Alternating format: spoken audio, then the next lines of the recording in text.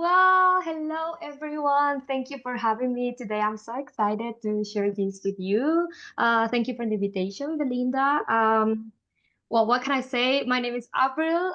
People know me as Enyame on social media, so you can call me any of those names. I'm speaking to you all the way from Santa Cruz de la Sierra in the Amazon in Bolivia. And actually, 2 weeks ago, I was still living in the UK, studying in Sussex Uni, a master's degree in gender and media. So maybe we could have met in person, but destiny, guys. I'm just still here, and I'm so happy to be sharing with you my experience with objectification. I want to talk about what is marketing selling. I want to tell you my experience as a cyber activist, as an audiovisual communicator, and a feminist digital content creator in Bolivia. But maybe I will break a bit about the technicalities and concepts. I don't want to be too technical, okay? Just I'm gonna share my experience as a human as well, and as a woman, how objectification has shaped my whole story and my life. So I want to start by telling you my story. As I said, Avril, or Avril in Spanish, and this is my story. So when I was studying audiovisual communication, I was the top student. Okay, so I was so happy that the university actually decided to send me, like, to propose me as a TV presenter, as a master of ceremonies, and, like, propose me for some events to represent the university for those events. And I had a male partner with me. So usually we were the both of us, like, presenting in these events. And I was so happy because I thought, like, they realized about my capacity, maybe my intelligence, and I was good at it. But then I started, like, noticing some things. As you can see in the images, that was me, but I didn't feel like me. And this young lady was, like, experiencing a lot of emotions, and it was kind of complicated because I couldn't be myself, because university and, like, people behind these events, they they decided how I was going to be wearing, the kind of makeup I would use, the kind of uniforms that were, like, usually sexualized, and, like, I would receive this payment as the same as my male partner, but he wouldn't spend his money on makeup, or, like, a new dress, or a new uniform, or a new hairstyle, or new heels, so I could see, like, the paid gap here, because I wasn't paying the same as, and I was investing a lot of energy, time, and also money on that. And it was, like, kind of exhausting. At the beginning, I was so excited, but then I realized the more I would get into these events, the more I wasn't me anymore. And the more I was, like, exposed to these kind of narratives where I would try to reach this beauty standard that didn't look like me, but I had to. And I started to lose motivation on being a presenter, and something was going on. I didn't know why. I didn't know what was going on exactly, but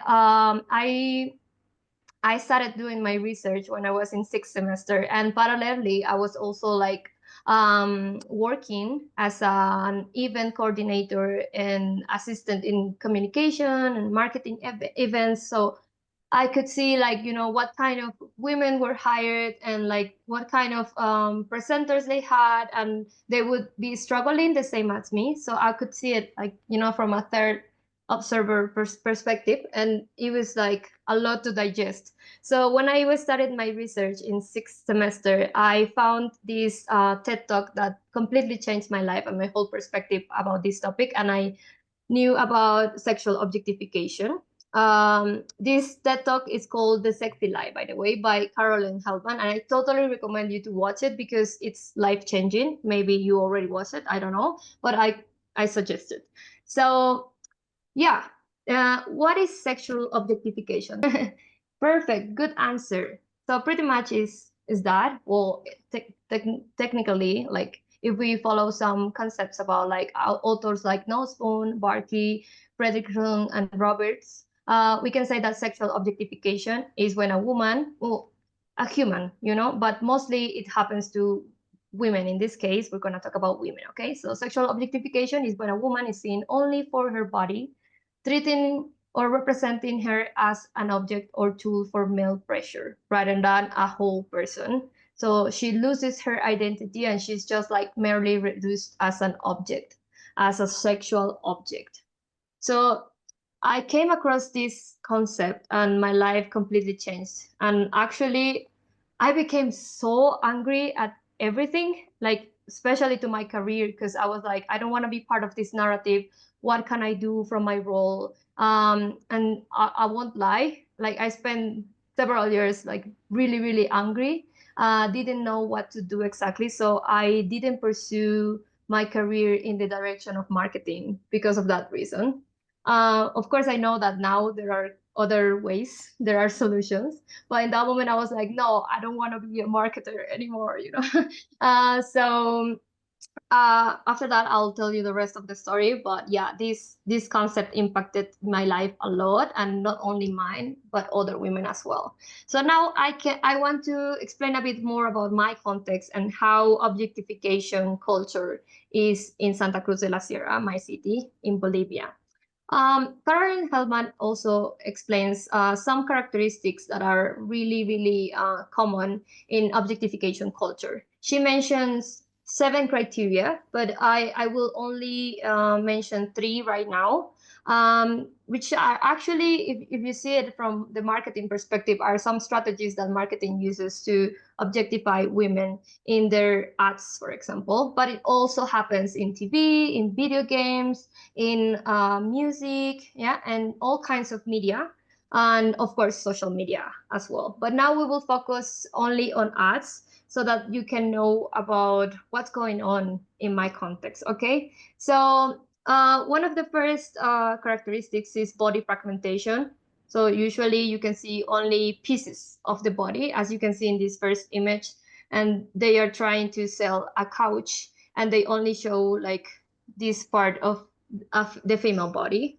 The second one, or the second one would be invisibility of the face, that usually they crop a woman's face and just show the sexualized parts of the body, of the female body. And the third characteristic would be hypersexualized poses, like in the other image, you know. And in this case, they are selling construction products and usually in a sexualized ways. So yeah. My question would be like, do you think they are really selling a couch or a construction product? Yes. Amazing answers, by the way. Thank you so much. Actually, this slide exactly talks about it. The idea of how objectification, sexual objectification, can be empowering under this common phrase that my city applies a lot, that is sex self. So, and let me tell you why this is not empowering, actually, because it generates this dichotomy of subject object under the idea of, let's say, how binarism works, right? Like, you know, advertisement usually works with gender roles. So like these specific characteristics for men and these specific characteristics for female. So something similar. So men would be the subjects, you know, the ones who feel the power, like the ones who are actually the target of these kind of ads so that they can purchase these products, thinking that they will feel powerful by using the woman. And in this case, the woman would be the object that can be used, yeah, that can be acted upon. And this idea is actually problematic. And actually marketing, or you know, the system or patriarchy, however you want to see it, sells this idea that if you know, look in this way, if you accomplish this beauty standard, if you sexualize your body, you will empower yourself. But it's actually the opposite way, because you will always be seen as a sexual object of desire, of the male desire. And usually also these kind of ads are produced by male media producers, right? So it comes from the male gaze, as someone explained before in your answers. So yeah, it works under this idea of subject object. It will never be exactly empowerment. And in this example, that is also from my city, they are selling a deodorant and they are, you know, like showing the man like completely dressed, but the woman in a sexualized way, and they are saying like, you know, moment to enjoy, like suggestion that the woman is available sexually. Uh, and also in this one, and that's also another characteristic that Heldman explains in advertisements, that usually um, they try to say that the woman is always sexually available. For example, in this one from the same product, the deodorant, it says moment to lose control, so that, you know, they are implying that the woman is sexually available. So now I want to talk a specific case study that actually marked the whole, like this whole 20-year period in my city. And this company is called Corimexo. And in the year 2016, which I call the Corimexo effect, by the way, they did this campaign with naked women to promote furniture, not only sofas, but in this case, the sofa was like, you know, the main product, because they would they would say 100% leather. I don't know if it's well pronounced. You can correct me, Belinda. 100% leather, like, or leather. I don't know. Yes. So the slogan would be that, and 100% leather, and they were promoting, you know, pretty much the skin of the women, like saying, for example, there's a slang that means cuero means the skin of the woman, or the naked body of a woman. So that was very scandalous. It's not the first time that this company would promote women in this way. They actually started like, I don't know, 17 years ago. I don't remember. That was like in 2004. Yeah, around those years, they started promoting like, you know, women in bikini, women walking around the store, like promoting the furniture, sitting on the couch, and yeah, these kind of narratives, you know. But in 2016, they decided to go completely naked.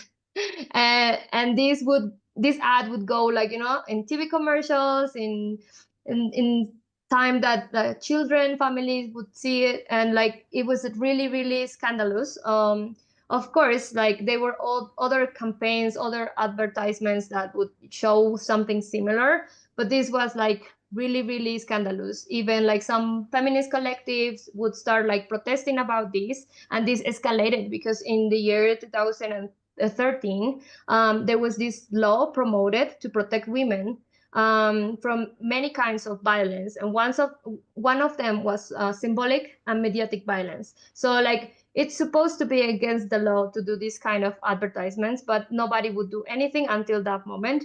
And actually, it was very polemic, and they tried to ban everything related about these kind of advertisements, the previous ones and these ones as well. So this company was banned, and something actually was done. But what happened after the Corimexo effect? Oh yeah, you can see like the image of the complete naked woman in the couch. Yeah. So, oh, I also want to give some context about this. So, like, in the meantime, there's this international fair that sells all kinds of products. Like you can see here, cars, you know, you can even sell cows, meat, all kinds of products. Even like Codimexa was in there selling the furniture. So the strategy under this fair, international, by the way, the biggest one in Bolivia, is to use women to promote all of these products. So like you can see, sorry, you can see here, and like this, sorry for the blurry image.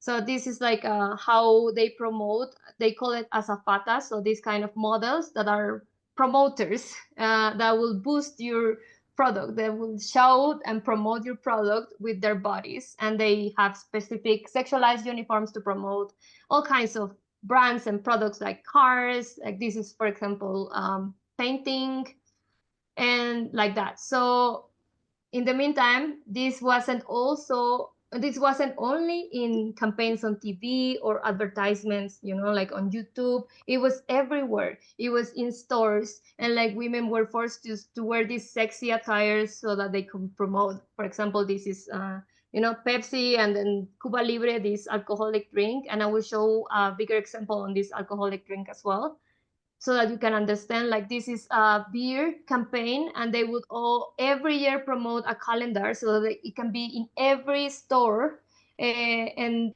people would proudly put this in their walls, in the walls of the store, so that they can show the women there promoting the product. Even they would have like this cartoon, like female type bodies, like made of cartoon, of course, to promote the specific brands like beers, like liquors, rums, Fernet, all kinds of Latin American drinks, especially. And now I'm gonna start like showing other kinds of advertisements that happen, before and especially after the Corimexo effect. This one is, a perfume. This seems kind of, let's say, inoffensive, but it talks about temptation. And then the next one promotes glasses in a sexually suggestive way. This one promotes sportwear. This one, cleaning product, a detergent. This talks about sugar, but I don't see the sugar actually. This is Cuba Libre, of course, one of the most representative brands that sexualize women. And it says, what if we lose control? Again, it promotes rum. Then this is a painting product. This one is a construction product, as you can barely see. This one is a car battery. The left one is ice, and the right one is beer. There would also be activations and campaigns that would promote like the new product of, for example, this one is Paseña, the national beer brand, and they would promote this new product that is called Macanuda, which in slang it means like, a woman whose hips are big. So they are implying that the bottle has the shape of the hips of the woman, and they are proudly, promoting the product, of course, with women. This one, sorry for the quality, is also Cuba Libre, the rum, and they are talking about like, in this campaign they would promote like goddess, the goddess, and they would promote, of course, with women's body, and you can't even see the woman's face. These are some billboards of the recent campaign. I'm gonna show you in a moment, but these billboards are everywhere, showing, women's body, sexualized women's body. Oh, okay. So now I'm gonna. So what happened after the Corimexo effect? Like, maybe things calmed a bit down, but then on, I'm not sure if it's 2019 or to 2020, before the pandemic situation, there was this huge campaign from this same brand, the Cuba Libre rum one, rum cola, and they launched this campaign that I'm gonna show you. I'm gonna show you just one example so that you can notice the quality and everything, but same strategy. Okay, here we go. Were you able to listen to the ad? Okay, perfect. So again, what's this ad selling? I want to hear your opinions on this one. Yeah, definitely.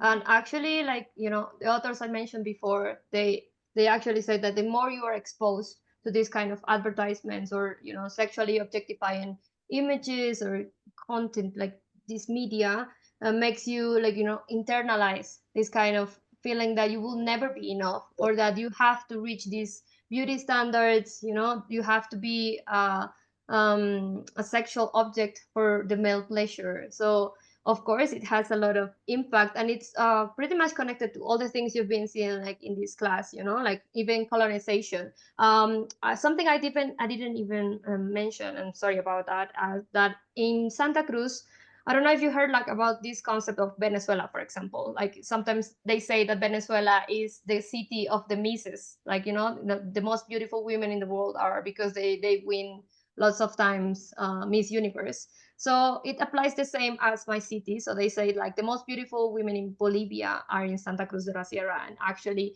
Santa Cruz is seen as the, like the machine that produces beautiful misses and models, that appear in these kind of advertisements and, images. So that's actually very damaging, because for one side is racist and it's linked to colonialism, because in my city they don't want to be linked with this idea of being an Andean woman. I don't know if you heard about the Andes. So like Santa Cruz is in the Amazon side. So it's divided in two kind of regions, the Andes and the Amazon.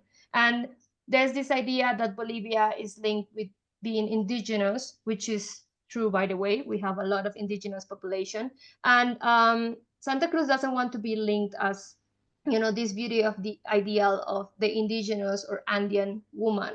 So it actually is linked with colonization because, in colonization, they would be linking that, reducing the image or the quality, or like dehumanizing the indigenous woman, and also on the other side sexualizing it.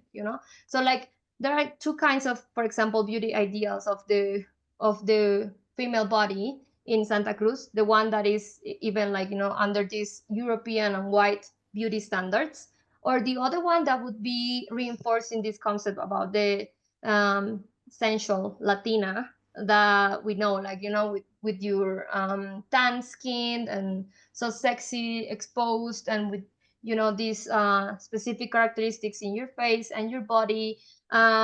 That's why in my city, like, there's a lot of cases of, like surgeries, aesthetic surgeries, cosmetic procedures. So many products for beauty are sold. There's a huge, industry about it. Like the diet culture is very toxic. The gym, when you go there, like, personal trainers, and how you have to shape your body in that way, not because you have a healthy relationship with your body. So it's very linked with many things. And we can see the consequences. There's actually this theory called the objectification theory, brought by Fredrickson and Roberts in 1997, that tells that the more you interiorize this kind of belief, this kind of concept under the idea of being a sex object, of course it will impact your mental health. For example, you will develop a lot of anxiety or depression. You will not be satisfied with your body. Like your body image, your body perception will be like completely affected. And that, for example, happened to me a lot. I was constantly having how to say, monitoring my body, like, how my, and I think like the female audience like will, identify with myself better than the male audience. Like, I was constantly looking like how my body was positioned, then like if my belly was noticing in my dress, and like, how would like my skin would see if it was too brown, and all these kind of things. So I almost even developed an eating disorder, which is kind of very much linked with this objectification theory. So many people that are under these effects develop this, like, bulimia, anorexia, and some other eating disorders. And of course, the other concept that is self-objectification, that you start objectifying yourself, you start owning objectification, sexual objectification, and you want to be, this sex object of desire. That's your whole goal, to reach this standard. And this of course affects some other areas of our life, because if we, like, invest so much time, money, as we said, like in this kind of standard, in this goal, of course we will see, like the gender gap in many ways. So many, like, less women participating in politics, in so many other fields of life, and like, decision making, like they won't be in leadership positions. So this will be affected in many ways, and we can see it in Bolivia, we can see it in Latin America, and I'm sure in some other places. But this continues to happen in my city, and that's like really, really concerning because of this. I wanted to picture this. Well, this is supposed to be an iceberg, but you can imagine like a pyramid as well. And usually, like what we see, or especially in Latin America and my region, in the tip of the iceberg, we usually see, like, everyday cases about like women being killed and aggressions against. So like pretty much guess, like, everything we see in the tip of the iceberg about, like, the most direct violence, it's also linked to the violence we see at the bottom, which is like, the symbolic, the mediatic violence we consume, every day in arts and all kinds of media, and also this structural violence that allows us to normalize these kind of behaviors, and of course normalize or naturalize violence against women. And then no wonder we have so many cases of violence against women, and this concept about women that can be used, as a sexual object. But what can we do about it? You actually mentioned some solutions in your previous presentation. I'm not going to mention those, but we can also stop consuming objectifying media now that we can know how to identify it. We can also report this kind of content, or contact media producers to complain about it. Or also, and this goes more directly to us, of course, we can produce our own media and new narratives, or we can, promote new kinds of media activism, which you can check on Caroline Feldman TED Talk, or online, and you can see how many campaigns are being implemented about this, so that we can counteract this narrative and talk about new kinds of beauty, or like how women can be portrayed in different ways from the female gaze as well. And in my case, this was my call as well as Eñame. I mentioned that I have this platform. I'm a cyber activist in Revolución Eñame, which is Eñame's revolution, and I talk about the beauty of being yourself and how we can change the world together. It's mostly directly to the female audience, and we counteract this, and we talk about how, from the day-to-day life, we can empower ourselves and we can change this narrative so that we can change the world. And of course, visualize, like expose this kind of symbolic and mediatic violence, so that we can talk about this direct violence, but we can explain why this is happening and do something about it. So I'm sorry about the long presentation, but yeah, and I just want to finish with this kind of question that is also from Caroline Feldman, and it says, what better world would you build? Because I think it's directed to you, and you as new marketers can do something about it and create a new narrative, a new world. So thank you so much for allowing me to share my experience, and I hope this was helpful for you or eye-opening.